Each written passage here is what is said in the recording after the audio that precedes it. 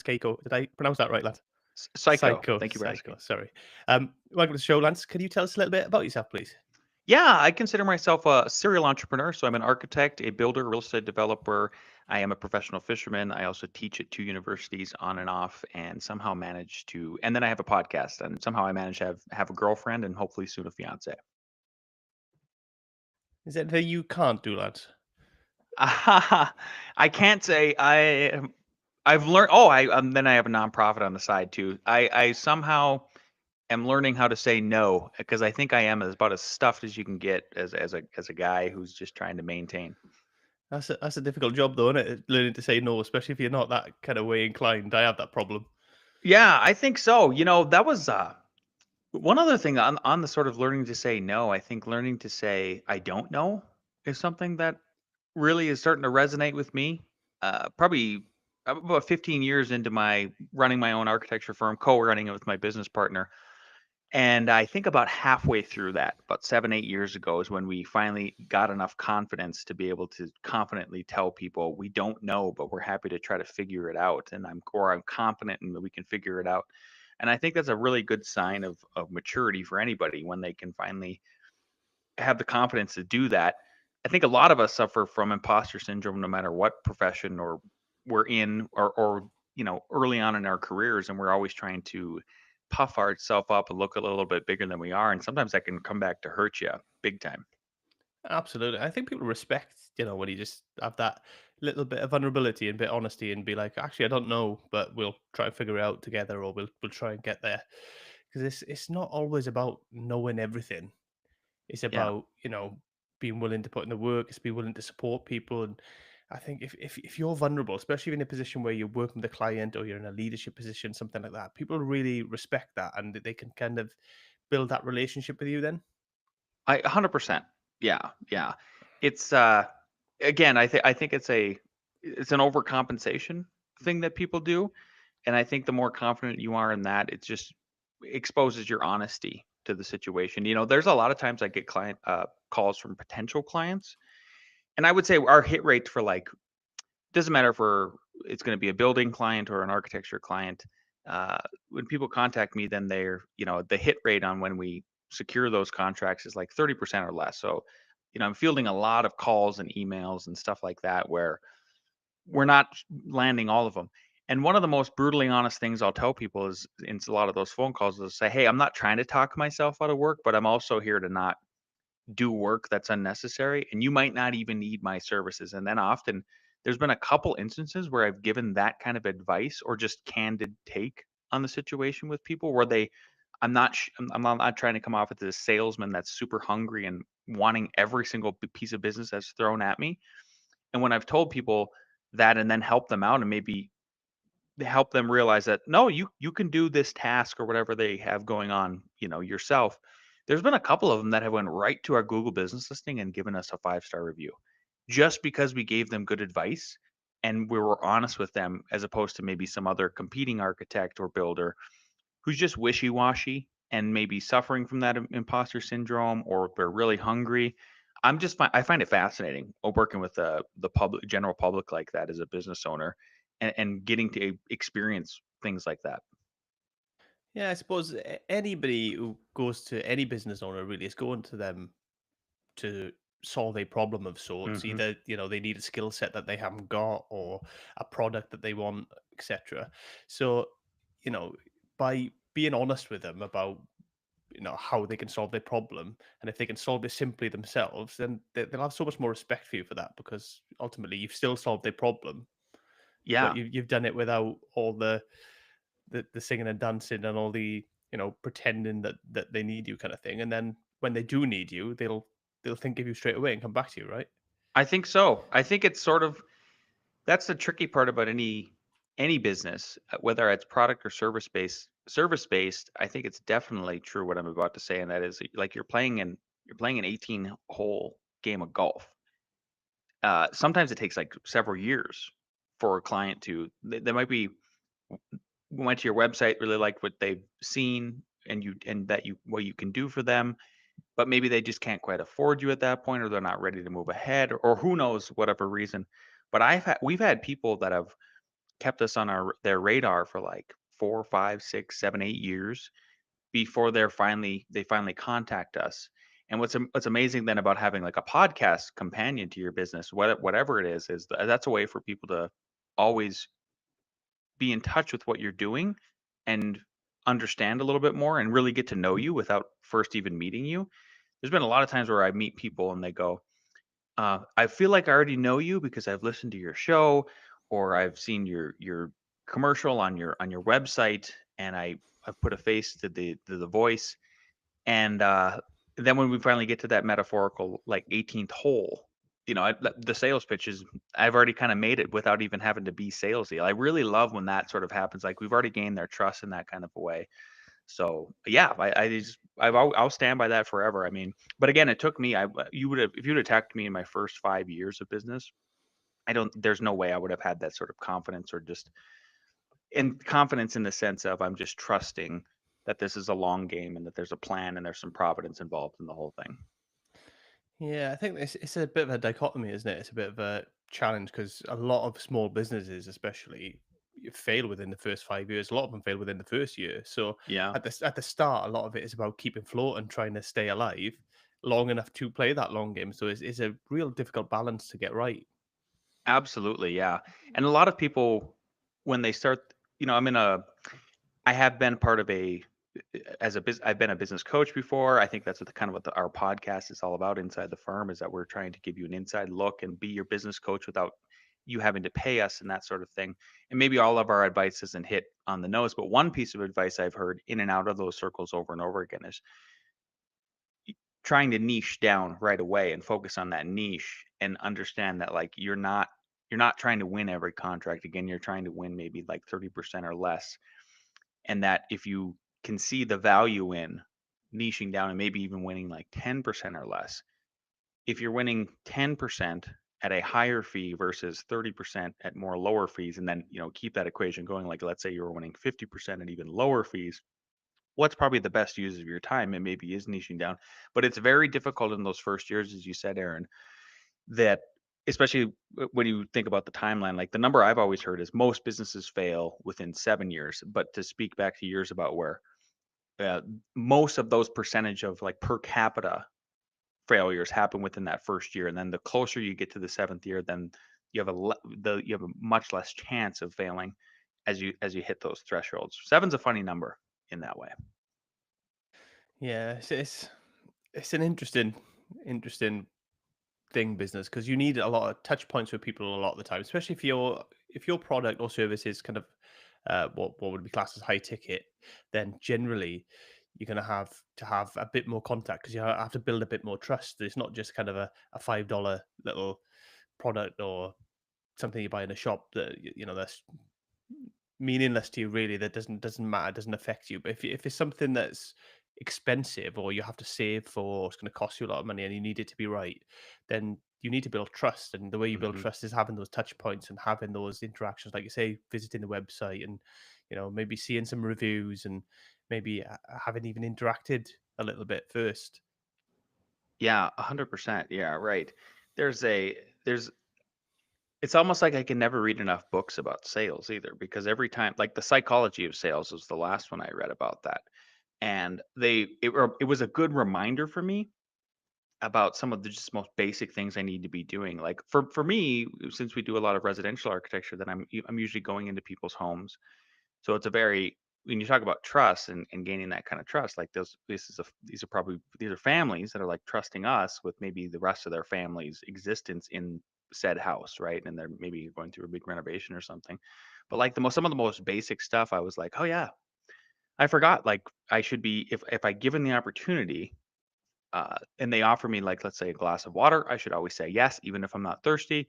Yes, I would love a glass of water, take a drink, and then really try to get to the kitchen table at some point, literally, because most of the biggest decisions that a family makes are at a kitchen table.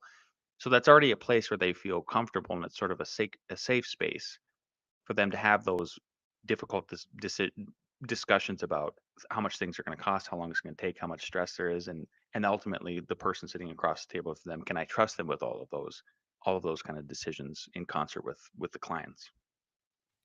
Yeah, and I think that's something that we got to realize as well, because for the business owner, it's just another customer, another interaction, really. So it can easily be lost on how big of a moment, how important it is to that actual person, because that might be actually a big thing in their life.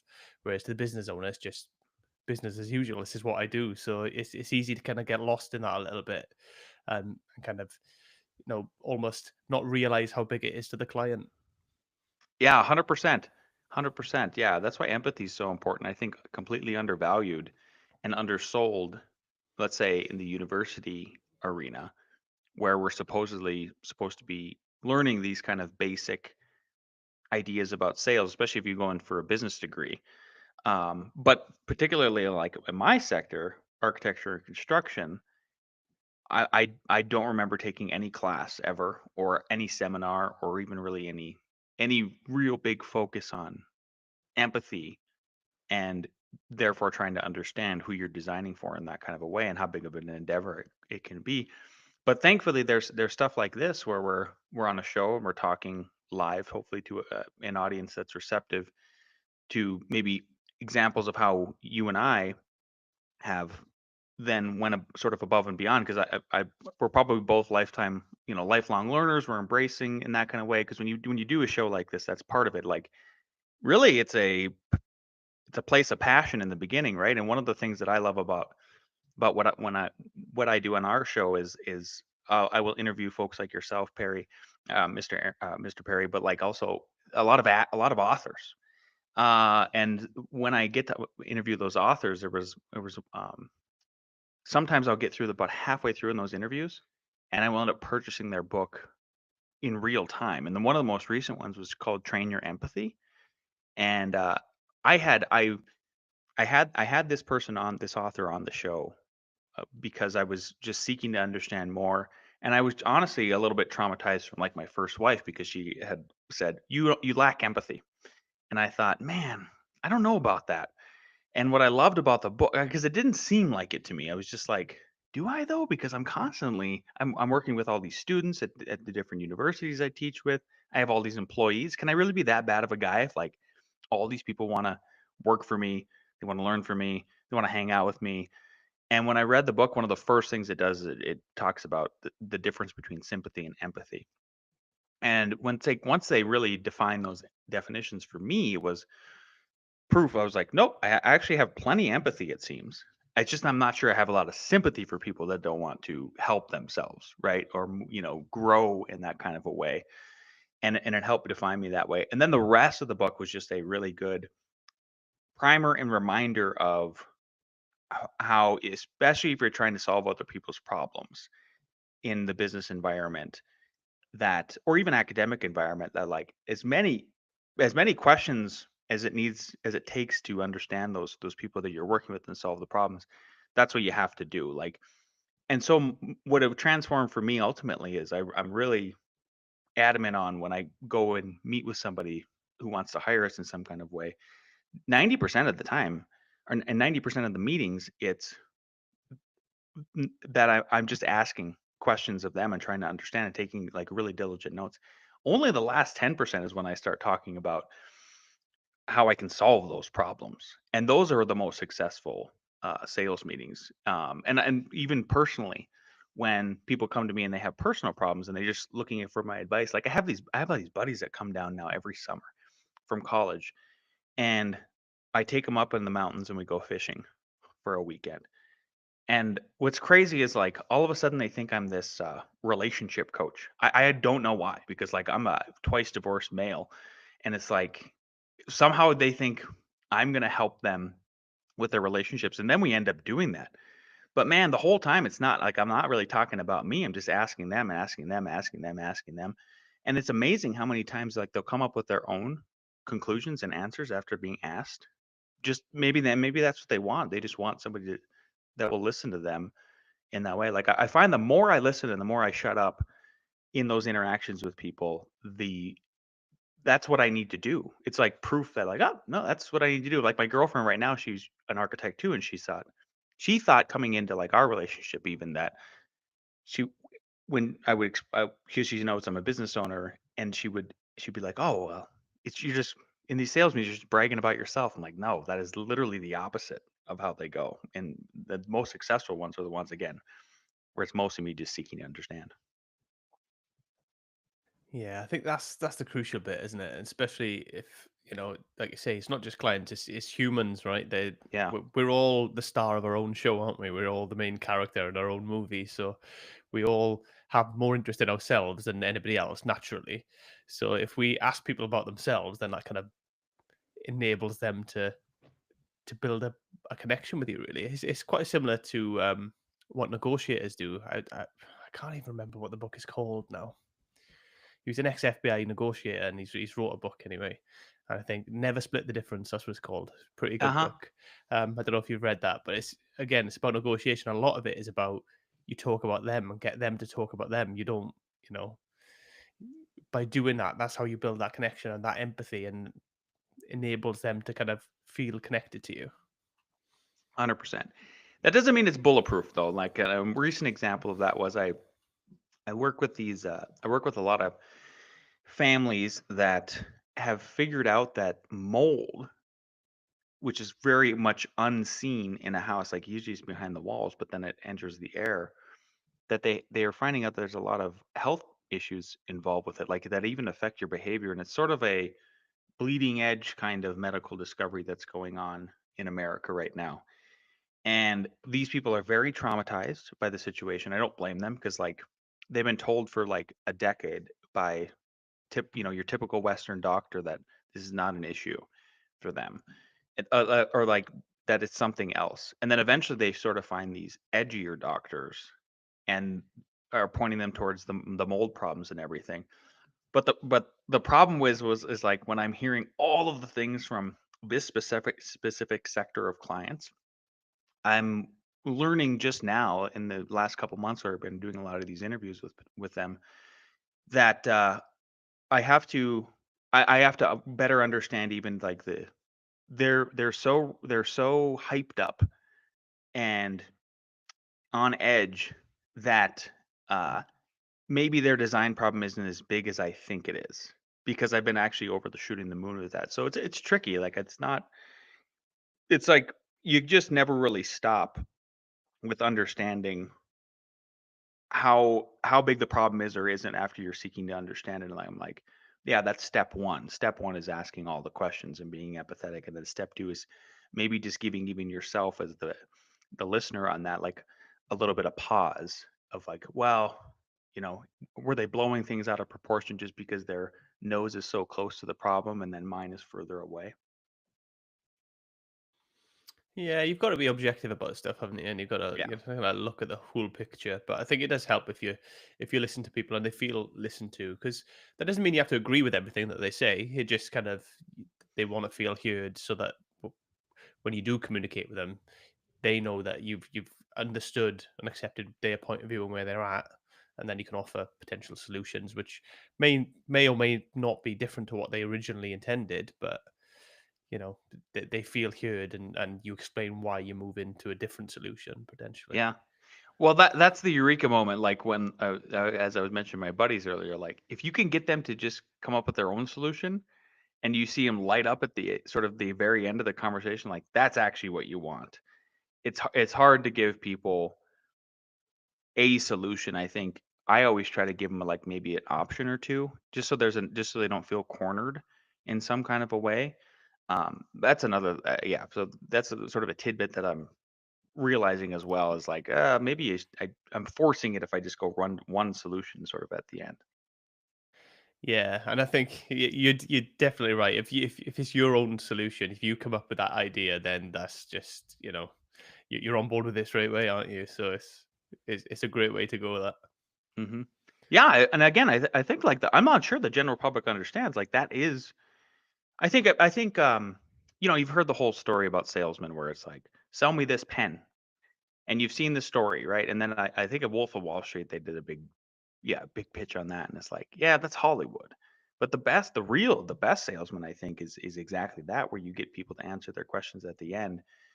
And if the product or the service you're selling is then like they already made that conclusion on their end, it's like the perfect sales. Like you didn't even have to really make a pitch.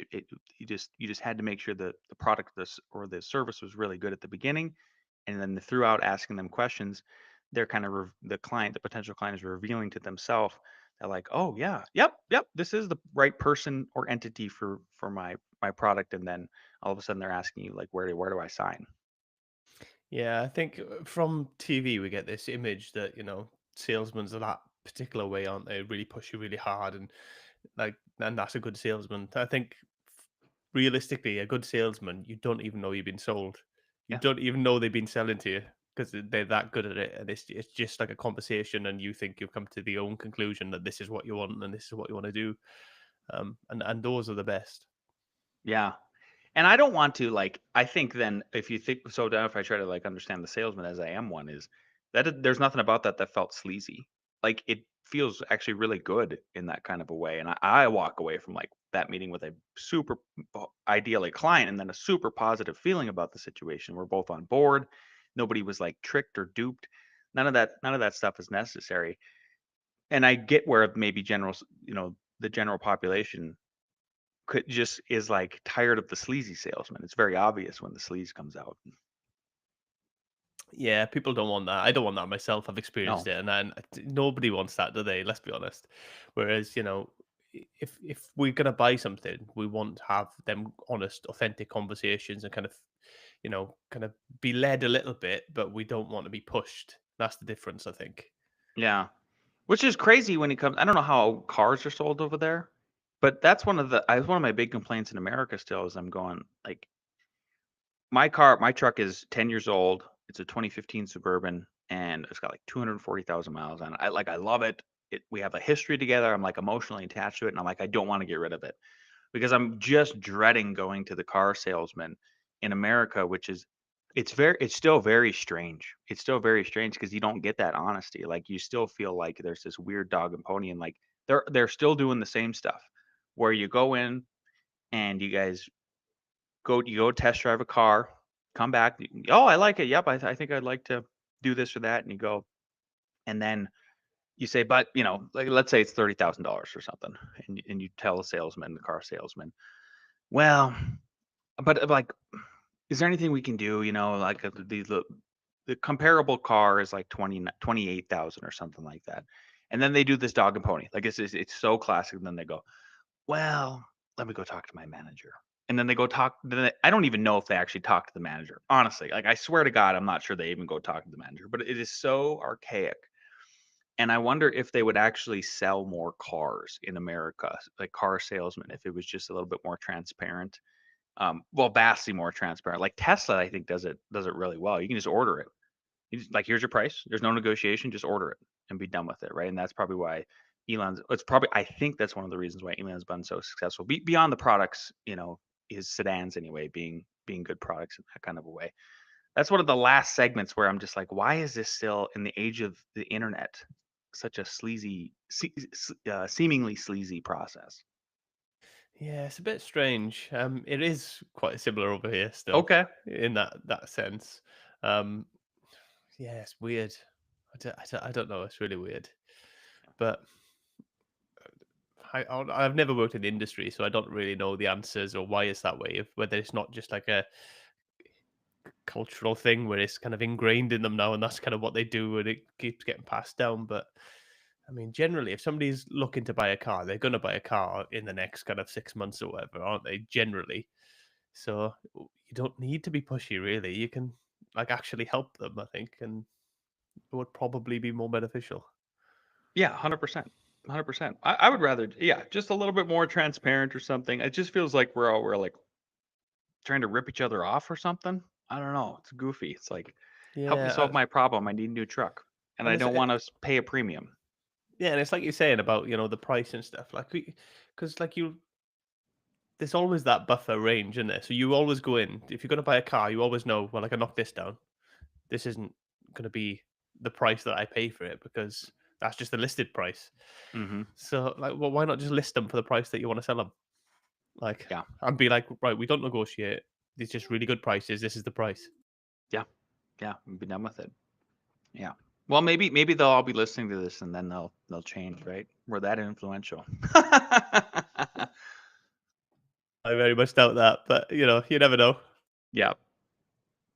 So tell me about your podcast, Lance. Yeah, our podcast is called Inside the Firm Podcast. We started it 8 years ago. Like I'm actually can't believe I'm saying that. Most podcasts, as you know, probably they fail within their first like 50 episodes or something. So we've been doing it since 2017, and I think we're on episode about 650, 670, something like that. Been pretty consistent with it.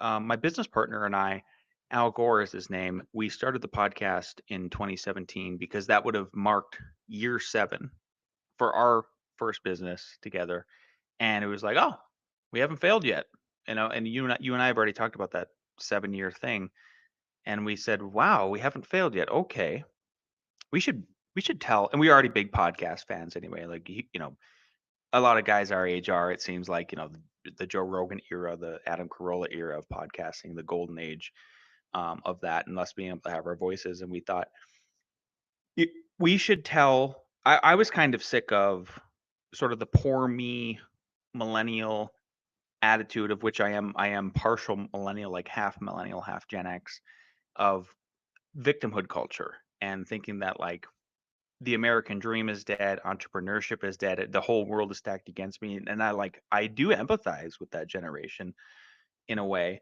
But that was the idea behind the original show, which is every Friday, Alex and I sit down, and what we did is we kind of went back in time, starting when we started at episode 0. It was just an introduction of what the podcast was going to be. But then we started talking about like how we started the business. We'd look up old emails and kind of be refreshed by it, and explained how we started from nothing. Like when we started our business, it was in the middle of the Great Recession, in an industry that was 50% unemployed, the architecture, engineering, and construction industry, because of the housing burst and all of that happened with the subprime mortgage lending and all the craziness. If people don't, and so we wanted to just show that like, yeah, we were dealt a really crappy hand of cards too, and we realized that like there's generations before us that were not, right. Boomers are a really good example of that. Like right after World War II, everything was decimated except for America, and it was like every boomer in America was able to, like, jobs were readily available. The dollar, the buying power of the dollar was very much more powerful. You could actually be a household where just the man went to work, and you had big intact nuclear families and everything. And then with every generation, like the standards of living have gotten a little bit worse off in terms of buying power, in terms of being able to start a family, difficulties, all that kind of thing. So I get that, like, yep, those guys were dealt like a royal flush.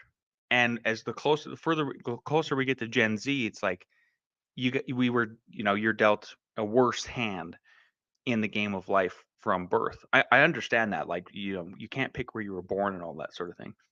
But what I like to tell people when I go and give a lecture at a university, or sometimes on a show like this, or a pod, or somewhere else, is like we're in a private conversation with somebody and they're having troubles about that, and they're feeling like they should just lean into the victimhood portion of this. Is like, you're still playing the hand though, right? Like you're still playing the game. And they go, yeah, I agree. And I go, exactly. So it's just that you've been given a bigger challenge in life than maybe a previous generation. Or even if, like, let's say you're born with you can contrast like the same generation today, Gen Z or something. Somebody's born with a silver spoon, somebody's born with no spoon, right? We're still playing the game. We're all playing the game, right? It's like, so what is the challenge for the person who was dealt a really crappy hand of cards, metaphorical cards in life?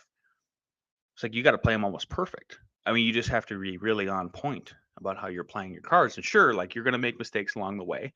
Like, a mistake that I made along the way when I was in college was like I had my first child at 21, and that's not conducive to like an academic career. I mean, I have to now have a whole nother kind of line of income.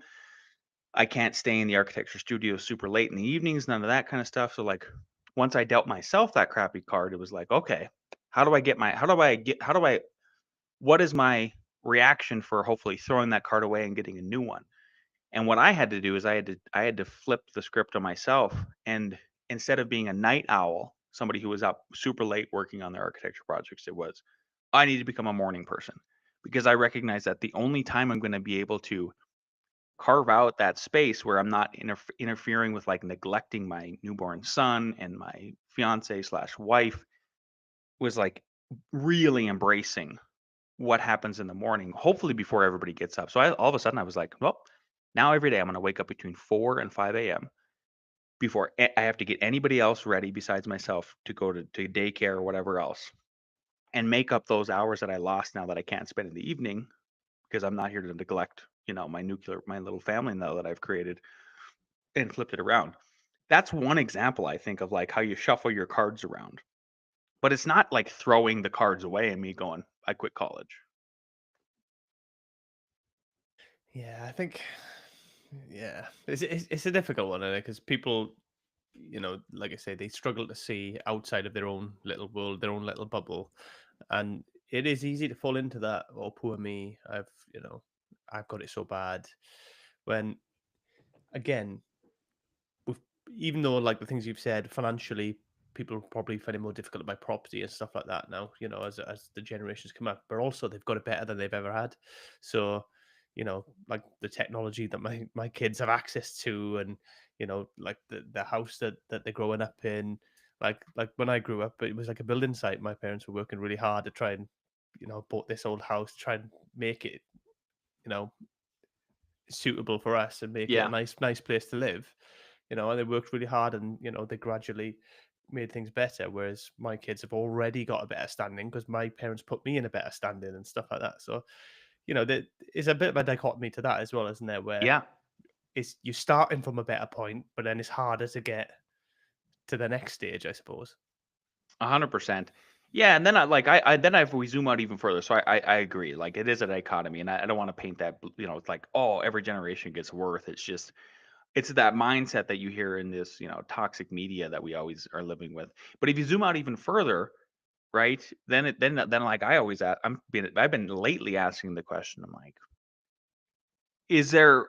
And I think about this as a business owner too. It's like, and you hear this about all the when people are complaining about like corporate greed or something. It's like, yep, we're trying like exponential growth is probably not sustainable. So at what point, are you going, okay, enough is enough? That doesn't mean like we're gonna go back into the hole, everything. I just think it's a really interesting thing to think about. And that's kind of been on my mind lately as last year we didn't have very, our profit wasn't as good as it was the year before and stuff like that. And it's like, yeah, you're gonna have those years. So what do you but maybe some of those negatives are end up being positives. Like I try to live my life by uh, the law of polarity and just recognizing it. So it came out in interviews like maybe 2 or 3 years ago. My kids were I had supper with them, and they asked when my son was like, "Hey, Dad, it seems like you like never get scared, and like, is there really nothing that scares you?" And I'm like, "No, of course things scare me." And I go, when I get the most anxiety and the most scared now is when it's just all positive stuff happening. And they go, "What?" And I go, "Well, it seems because I just know like it feels like it's too good to be true, and the rug is going to get pulled out from underneath me." And I go, "Do you know when I actually get most excited?" And they're like, "When?" I was like, "When something bad happens. When something bad happens." I'm old enough now. I'm like I've just seen it happen over and over again. Where like, let's say I have a really really bad Wednesday, just an awful Wednesday for whatever reason. Like every client is mad at me that I've dealt with that day. My kids are mad at me if I made a bad supper, whatever. And then the next day, it seems like it's like just nonstop W's. Like, wow. Then the next day, I signed 3 contracts, and all of these things. But then I try to think about it like just as a uh, back to that sort of hand, this metaphorical hand of cards analogy. And growing up as a kid in the '90s who was a huge fan of NBA basketball, and therefore Michael Jordan was my hero, and the Chicago Bulls and all of that, is if one of the best things that ever happened to him was he got cut from the basketball team between his sophomore and his junior year. He didn't make the varsity.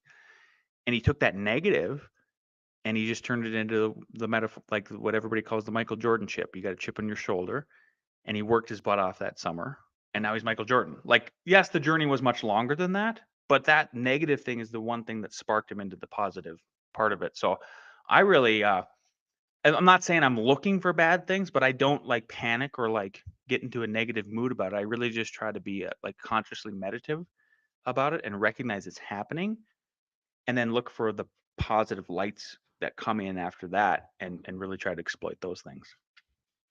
Yeah, I like that. It's a good attitude to have actually, because like I say, we can't avoid the negative. And, we have to enjoy the positive to the best we can, and see the negative as that kind of springboard really to kind of push us forward. And I think if we can do that, then it puts us in a really good position mentally to cope with stuff really. And that's half of what we do is the attitude we bring to it really. If we bring a good attitude towards stuff, even when things are going badly, then it puts us in a really strong position going forward, because our life ultimately is a series of decisions that we make over time, right? Panning out. So if we continue on the positive path, then eventually we're going to get the payoff for it. Whereas if we just feel sorry for ourselves and start being negative, doing, negative things that are kind of taken away from our life trajectory is going to change negative, right? Yeah, that's like my girlfriend hated before I didn't correct her, but I asked her this. She hated the phrase "it is what it is."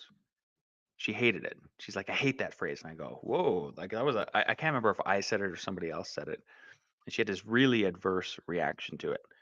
And it was the first time we'd ever talked about that phrase. And I go, "Well, why do you hate it?" And she goes, "Well, people that I know that use it, they are self-defeating in the sense that they go like, well, it is what it is. Nothing I can do about it. Nothing I can do about this situation." And I go, "Oh, well, do you know anybody that uses that phrase in the opposite?" And and she goes, "What do you mean?" And I go, I love that phrase. Like I love that phrase. I love that phrase because I say, if something bad happens, it's like, well, it is what it is. Now what? Like now what do we do after that, right? Or even if it's external, like really big external things, like if somebody gets elected in an election, a national election that I don't like, it's like, well, it is what it is. Like, yes, I voted, maybe I didn't. Like maybe I tried, well, my one vote or whatever. But what am I really like affecting every day? Like how where does it start? And one a book that I read that I thought that has really resonated with me. I read it about 4 or 5 years ago. Is Marcus Aurelius's Meditations. I'd heard about Marcus Aurelius, from all these bro podcasts and stuff over and over and over again. You need to read Meditations. You need to read Meditations. And I was also really intrigued by just the words stoic and stoicism, because I had thought, just like I thought about the empathy part, I was like, well, stoicism, I think it means just like me and Aaron are talking, me and Aaron are on a show and we don't talk. We just look at each other. It's like, no, that's not what it is. Like the real version of stoicism is having that it is what it is mindset, recognizing the problem or the positive thing, and going like, well, what can I immediately affect and can take control of, right? It's like me and my family, me and my children, then me and my business. And it starts with that real, actually it's me waking up every day. Like, what do I do when I wake up every day? Like, do I have a morning routine that's positive for me and my health? Oh, do I? Yes. If the answer is yes, great. And then you can move on to your family. You expand your what can I control? How can I what can I take control of in my life in a positive way? Your nuclear family. Then if you're like me and you own businesses, then you're probably like, okay, then my extended family is my businesses. And beyond that, maybe it's my community, right? But notice how I haven't even touched or allowed myself to get real angry about like the financial markets. That's beyond me. Politics. That's beyond me. Like the weather, right? Like I can't control that kind of stuff. And so now I read that book once a year, every summer when I hike up and down the mountains in Colorado. Like I make it a point to read that just to keep myself in that mindset because it's been a very, very helpful in my life. Yeah, I like that. And what I tend to do as well, what I've done has helped me is just remove negative influences a lot as well. So, like the news, that was like it's always negative, man. I don't know what it's like in Yeah. America, but in in the UK, it's just the news is just always so negative. It's just like they just want to make you depressed. So it was affecting me. So I just stopped watching it probably 9 years ago now. and I've been so much better for it because it was really bringing me down. Yeah, same. I So 2 years ago I stopped listening to like listening to like those kind of podcasts, like news podcasts. Podcasts that had anything to do with politics. I just completely removed it and just replaced it with music. And one of the most coolest things that I didn't even think would happen when that happened is like I have this amazing relation. I have this like renewed vein a brand new vein with my children that I didn't even think would exist. And like, they're super into music. One is 15, one is 20. The 20-year-old makes music. And so they ask me for music recommendations, which is completely nuts. And then they show me new music and stuff like that. And we just have this like way, it's just a much more positive and like back and forth, gooey, happy. I was picked up my daughter yesterday and this song from like my adolescence, like it was by this band named Hoobastank, was playing, and it's called I can't remember the name of the song, but they Reason, that's what it's called, Reason by Hoobastank. I started singing it in the car, and she was like, "When did you learn how to sing like that?" And I'm like, "I kind of always have. Like you wouldn't have known that unless I made that change in my life and moved in that direction." yeah, it's nice, man. I mean, I listen to music with my daughter. She's into like she's only 8, but she's into like music and stuff. So because she plays guitar and Mm, there's like plays on stage at school in a band and stuff like that. So yeah. it's pretty cool. And it's good to see them kind of express themselves in that way as well. And it's Yep. nice to be able to kind of join them in that kind of creative kind of space that when they're in that creative space as well. Yeah. But I still listen to a lot of kind of audiobooks and podcasts and stuff like that as well when if I'm alone in the car, I'm driving or whatever, commuting and stuff like that. Yeah. But yeah, sometimes you just need that music and it just kind of chills you out and just brings you back to like a 30-minute commute can really kind of just settle you down, can't it, and sort out any anxiety and stuff with a bit of music, bit of good vibes, and kind of Yeah. changes the way you think. It's quite powerful. Yeah. I like how place setting it is. That's for me, it's like music is a place setter. I mean, it brings me back to like a very specific place or time. Uh, I have like a very certain set of music that I feel like is winter music. That's kind of like I just lean into winter actually. Like that's another. I mean, there you go. We talked. I mean, I kind of mentioned the weather like 2 or 3 minutes ago or something. It's like I live in a cold climate, so if we're just going to be angry at it. It's like, no, I'm just going to embrace it. Like, I actually really, really enjoy winter in that kind of a way. Um, I mean, and then the summer, it's like, well, it's hot. So then I recognize that, but like, I'll escape, go to the mountains and do that kind of stuff. That's just, I think the way to live is like, and then I mean, if you hate that cold environment, it's like, well, okay, if you really can't lean into winter, I get it. Some people, just can't do it. Maybe they don't have I have a little bit of body fat, so I'm sure that helps. But if you can't, man, what can you do to what could you do when you wake up that first day and you're hating it? And it's like, is that the first day you decide that you're going to make the moves to move and get out of there? Because you're thinking about yourself again, right? Like you're these expanding bubbles of what can you control in a positive way. Yeah, I don't know with weather. I've never really got annoyed with weather. We don't have great weather in the UK. It's often wet and dark and miserable. But I mean, it doesn't really bother me. I mean, you just dress for the occasion, don't you? Yeah. And as long as you dress for the occasion, then it doesn't really have that much of an effect. And I don't mind the rain and stuff like that. So it's not it's not that big a deal. I don't understand people who let the weather get to them where it affects Yeah. their day. That I don't understand. Yeah. Yeah. You Yeah. know, I'm with you. yeah. Unless you're unfortunate and homeless and living on the street, then it Yeah. can really really mess with your life. But apart from that, if you've got a home to go to and you can put on some warm clothing if it's cold, or I just don't understand it hmm upsetting your day. Yeah, not worth it. It's not worth it. Life is short, right? I mean, Yeah, it just gets shorter and shorter and shorter, especially as you hit middle age, and then you're like, well, I'm halfway there.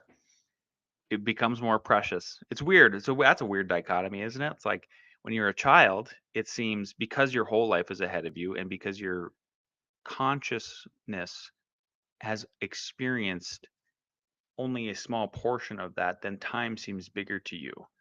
And so and then, but then again, you cross that threshold. I mean, that's when I really started to, if there's any positive things about COVID, like one of them was, I think, teaching us life is very short in a lot of different ways, not only the disease, but like freedoms and restrictions and all that kind of other good stuff.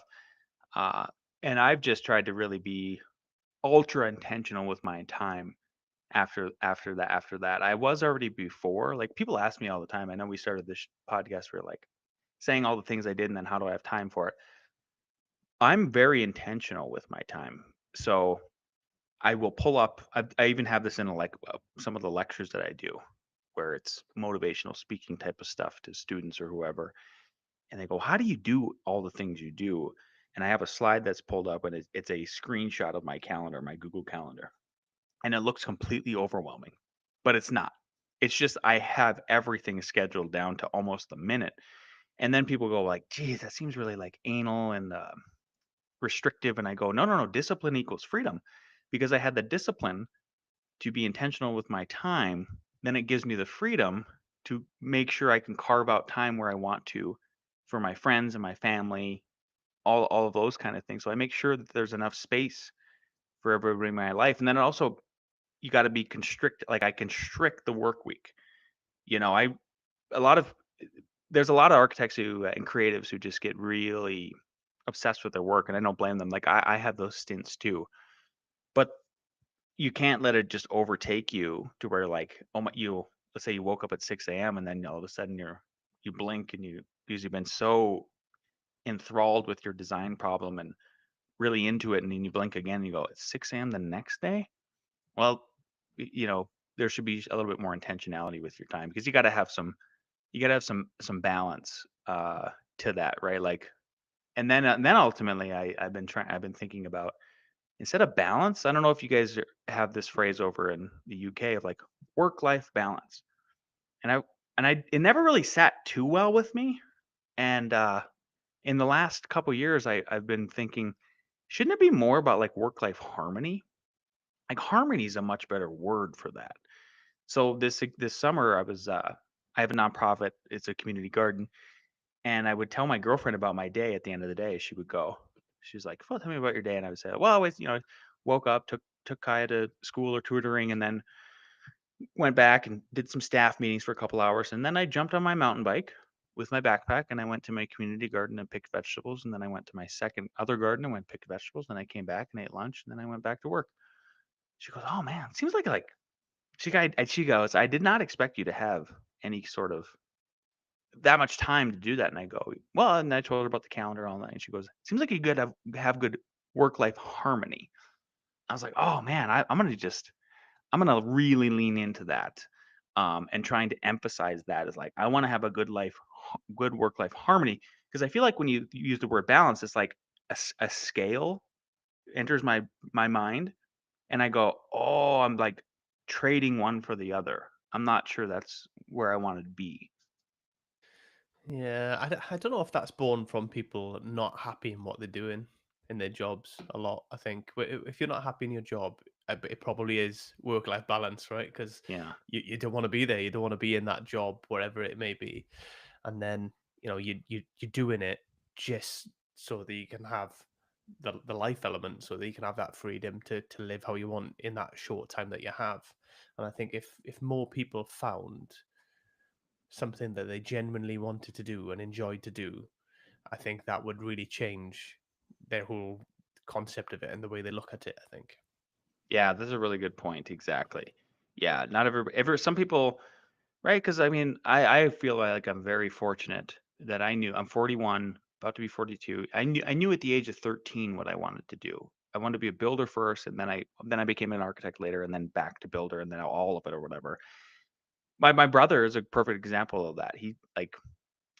He says he wants to be a professional hunter, and he is. It's not his full time job. So he does a lot of whitetail deer hunting in North Dakota with archery. He's like a world famous guy, but like he still doesn't know career wise what he wants to do. My son doesn't know what, my first wife doesn't know.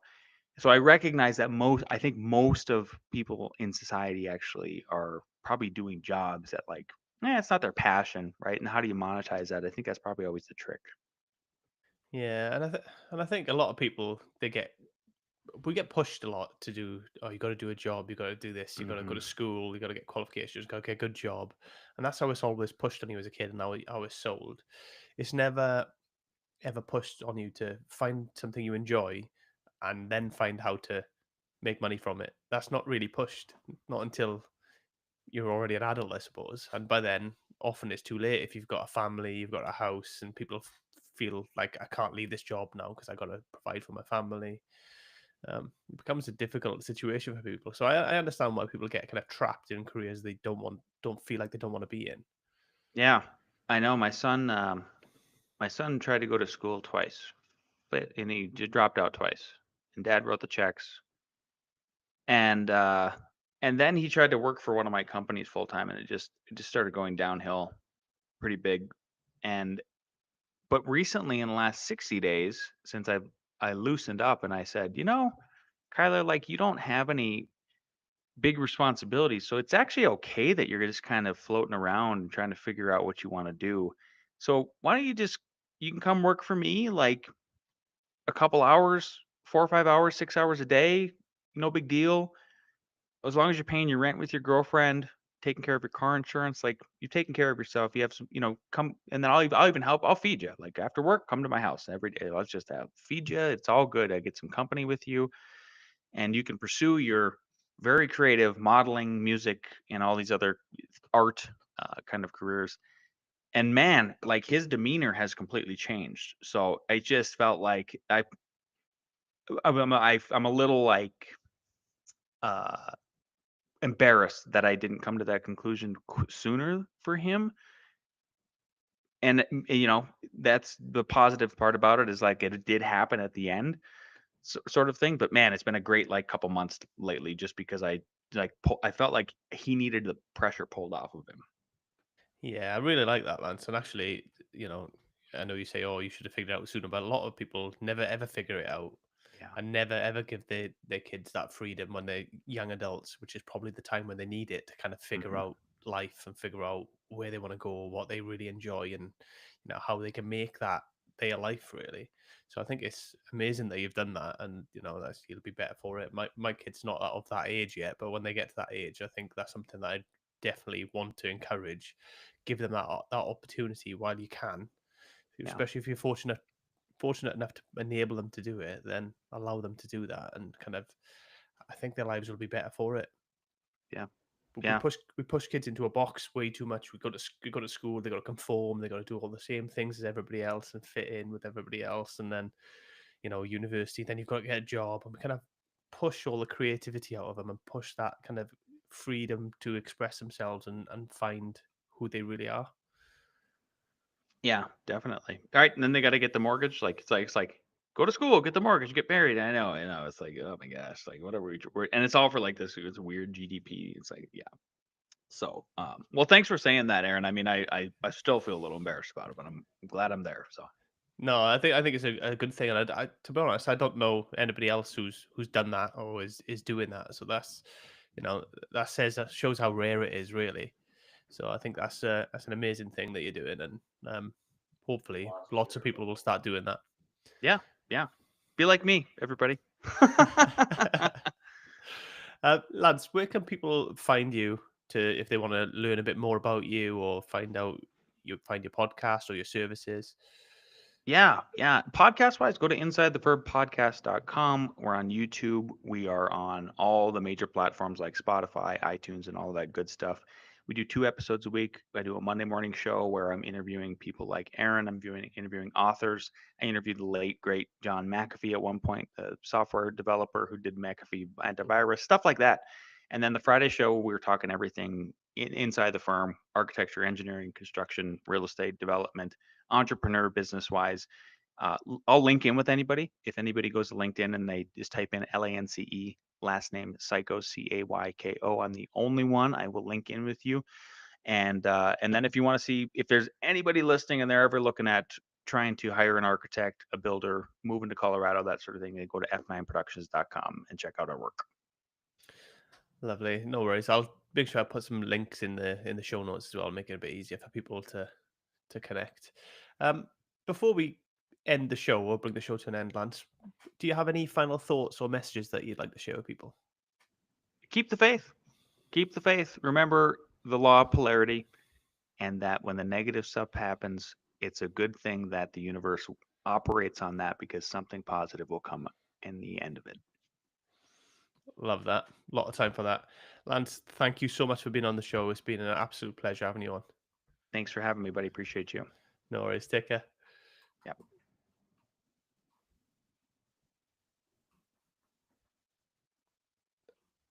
There you go. Are we uploaded?